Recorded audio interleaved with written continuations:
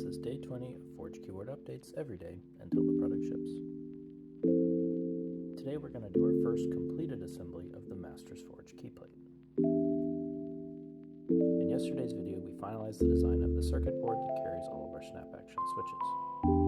While we wait for those to be manufactured, we went ahead and printed out this placeholder so we can test mechanical fitment and dial everything in.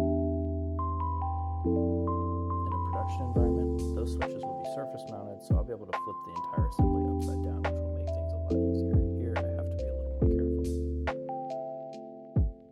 We hand tapped these holes for now, but in production we'll be using a technique called rigid tapping.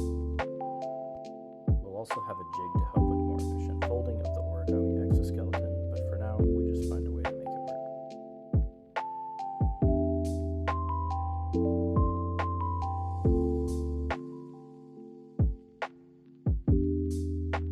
We haven't tested finishing on any of these caps in particular, but here we have zebra wood, purple heart, maple, cherry, and walnut.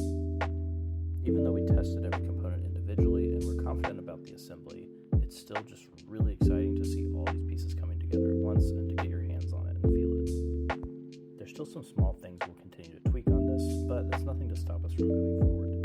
The next steps are to design the bookend railing, the dovetail railing,